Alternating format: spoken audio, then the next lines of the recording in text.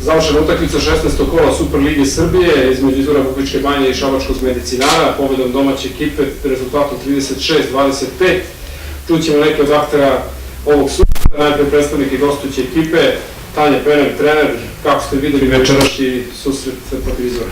Pa prvo da čestitam Izvoru na zasluženoj pobedi i na fer i korektnoj igri. U principu mi smo došli oslabljeni neigranjem 3 igračice i naravno Izvor, osim u ovoj utakmici protiv nas, naravno nastupao sa ulogom favorita, kao i s obzirom da je prvi favoriti za osvajanje titula ove godine, tako da smo došli da odigramo i da se u principu spremamo za ove naredne utakmice koje nam predstoje u prvenstvu. Još jedno bih čestitala, zaslužena pobeda, bili su bolji i to je to. Jedno od iznenađenja upravo u dosadašnjem delu sezone napravio Medicinar koji je savladao, odnosno otkinuo bod, čak imao šansu da trijumfuje u prvom delu sezone kada je bilo 36-36. Aranđelovčani su se malo možda i pribojavali ovog meča.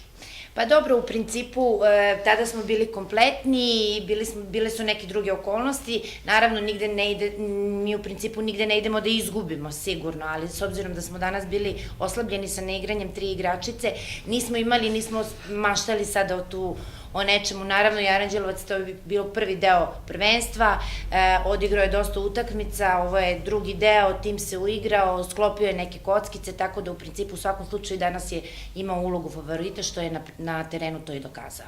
Nećete se ljutiti da iskoristim vaše prisustvo, veoma interesantno će biti ova preostala 2-3 kola koje, posebno za poziciju 4 gde konkuriše Medicinar ekipi Železničara. Kakva su vaše očekivanja? Pa mi smo u principu sa prethodna 2 kola gde smo imali šansu protiv Inđije koji je direktan rival za to 4. mesto i protiv Dina tu neku šansu malo se udaljili od te realne mogućnosti da budemo 4. ali u principu ima još 2 kola, sve je moguće, pogotovo što je ove godine prvenstvo takvo da sve su ekipe poprilično ujednačene i svako svakog može da dobije i svako od svakog da izgubi.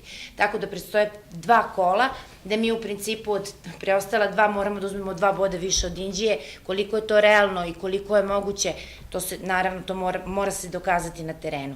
Tako da mislim da je u principu sve u igri, prvo od nas zavisi da dobijemo preostala 2 kola i naravno Inđija da ima 2 boda manje, ali vidjet ćemo. Pa mi smo u utakmicu ovu ušli rasterećeno, tako da mi smo dali sve od sebe, imali smo par grešaka, naravno, Izvor je bio favorit i to su i pokazali. Ja im čestitam na ovoj pobedi i želim im svu sreću u nastavku prvenstva i da budu prve. Kako su očekivanje ekipe pred ove odlučujuće mečeve u preostala 2 kola?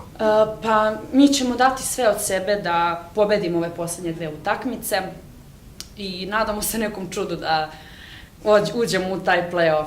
To bi bilo, ušli bi u istoriju kluba našeg, tako da jedva čekamo da vidimo šta će da se desi do kraja. Sad ćemo čuti najprej Anu Kojić. 100% učinak, 4 pokušaja, 4 gola, to sam nekako zapamtio i trener dolazeći vamo pohvalio je požrtvovano Stane Kojić koji verovatno nije ni izostala ni na jednom meču ove sezone i ranije. Kako ste vi videli utakmicu protiv Medicinara? Hvala na svemu što ste rekli. Pre svega bih da čestitam mojoj ekipi na rutinskoj pobedi. Odradilo smo posao po meni korektno. Bilo je zanimljiva utakmica, može se reći. Čestitam protivniku na fair i korektnoj igri. Mi imamo, eto, sami znate da imamo gust raspored, utakmica je mnogo u narednom periodu. Nadamo se da ćemo sve odraditi kako treba. Imamo taj derbi za Kikinda pre toga, ali derbi je nešto što smo usredsređeni na to. Idemo u Kragujevac, idemo na pobedu, dupla kruna, tako. Eto, desilo se tako da odlazak u Kikindu u subotu nema neki rezultatski značaj u smislu tih bodova koji su važni, recimo, jednom i drugom timu. Da li će to umanjiti vašu želju za pobedu? Ne, naravno. Možda neće biti nekog motiva, ako to mislite, ali mi uvek nalazimo motiv. Devojke su uvek željne igre i borbenosti i da pokažu se sve do jedne, od prve do poslednje, najstarije do najmlađe. Mislim da ćemo tamo odigrati isto krajnje korektno i da će sve devojke igrati, pošto je to jedna od slabijih ekipa. Koliko je Ani Kojić teško da igra 60 minuta? Pa nije lako, ne mogu baš da kažem, ali trudim se, eto, tako je se desilo. Tamara Žarković je povređena, nažalost moju i nažalost kluba. Ja sam tu, nadam se da opravdavam poverenje kluba i svih trenera i svih članova uopšte izvora i to je to.